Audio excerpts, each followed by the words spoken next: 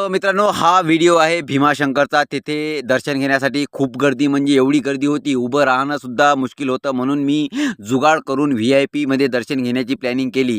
तर VIP दर्शन, ते line दिसत आहे तुम्हाला, ते VIP दर्शन होईल. साईडची लाईन जी आहे ते लाईन जनरल लाईन होय, आणि त्या जनरल लाईनमध्ये त्यांना 2 तासापासून तिथे थांबून ठेवलं होतं. खूप ते तंग झाले होते, म्हणून इकडे-तिकडे पाहून कल्ला करत जाय. आमच्याकडे पाहूनसुद्धा ते कल्ला करत जाय, कारण की त्यांना वाटे ह्या लोकाला काहून सोडते, आम्हाला काहून सोडत नाही.